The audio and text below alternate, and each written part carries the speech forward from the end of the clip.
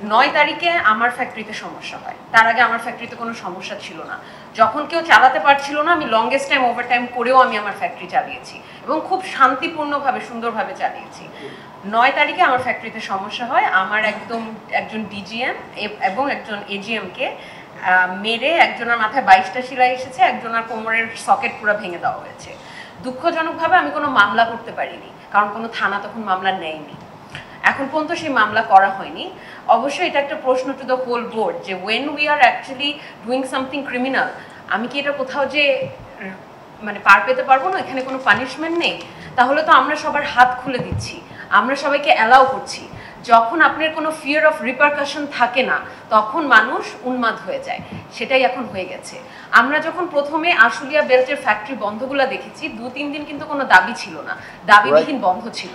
আমরাও একটু কনফিউজ ছিলাম কেন কোনো দাবি নেই। হঠাৎ করে দাবি উঠে আসলো।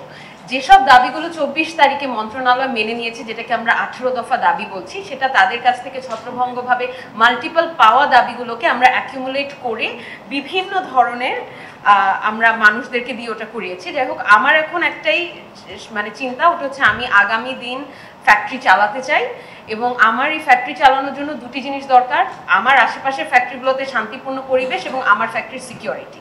এই দুটো আমি চাই যে আমার যে সাংবাদিক ভাই বোনেরা আছে, আপনারা একটু কমিউনিকেট করবেন যে this two are the necessities, যেটা বাদে আমি যত চেষ্টাই করি না কেন ফ্যাক্টরি চলছে না। আমার নাম মোহাম্মদ খায়ের মিয়া, আমি দুকাটি অ্যাপারেলসের ম্যানেজিং ডিরেক্টর। কাঠগড়া জোনে আমার ফ্যাক্টরিটা। খুবই আশ্চর্যজনক একটা মানে অভিজ্ঞতা আজকে আমার হলো। আমার ফ্যাক্টরি গতকালকে দুপুর পর্যন্ত চলেছে। লাঞ্চে গেছে, ফ্যাক্টরি থেকে লোকজন বের হয়ে গেছে। লাঞ্চ থেকে এসেছে যখন 3-4 জন লোক হঠাৎ করে দৌড়াইয়া আমাদের মেডিকেল সেন্টারে গেল। কি কারণে? তাদেরকে নাকি বাইরে থেকে আপনার ল এনফোর্সমেন্টের লোকজনের মেরেছে। তো আমরা পরবর্তীতে জানতে পারলাম যে কোথা থেকে মেরেছে, শুনলাম এয়ারজিন্সের ওখানে থেকে মেরেছে।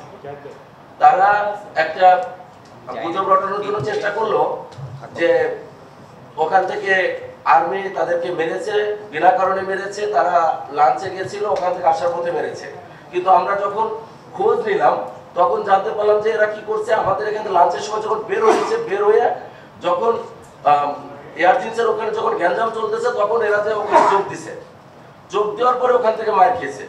মার খাওয়ার পরে এসে আমার ফ্যাক্টরিটা বন্ধ করলো। গতকালকে তো চালাই নেই, আজকে সকালেও তারা যায় ফ্যাক্টরিটা বন্ধ করে রাখছে। আমি এখানে বলতে চাই যে এই লোকগুলাই এর আগে যখন 9-10 তারিখে আমার ফ্যাক্টরি বন্ধ করলো, ফ্যাক্টরিতে ভাঙচুর করলো, লুটপাট করলো, আমি এদের বিরুদ্ধে ডাইরেক্টলি মামলা করেছি, কিন্তু কেউ এদেরকে গ্রেফতারের জন্য কোনো ব্যবস্থা নেওয়া হয় নাই। আমরা বারবার জানাইছি এবং এই লোকগুলো ম্যাক্সিমাম 20-25টা লোক হবে, আমি মামলার কপি এভরিবডিকে দিয়েছি। They have to be arrest, otherwise এইভাবে ফ্যাক্টরিটা দিনের পর দিন বন্ধ করতেছে, চলে যাওয়ার সময় লুটপাট করে নিয়ে যাচ্ছে গার্মেন্টস, মানে দে আর লাইক এভরিথিং। আজকে আমি যখন গেলাম, আমি অনেকের সাথে কথা বলে, আর্মির সাথে কথা বলে তাদেরকে বললাম যে ভাই একটু আসেন, কারণ আমাকে যেতে অনেকে মানা করতেছিল যে আমি গেলে হয়তো অন্যরকমের কিছু হবে। বাট আমি তারপরেও গেছি। যাওয়ার পরে যখন আমি কথা বলছি, তাদের কোনো দাবি দেওয়া নেই। আশ্চর্য ব্যাপার, কোনো দাবি দেওয়া নেই। দাবিতে যে দাবি তুলছে আপনারা শুনে হাসবেন, নাজমুল ভাইয়ের বিচার করতে হবে, নাজমুল ভাইয়ের বিচার করতে হবে,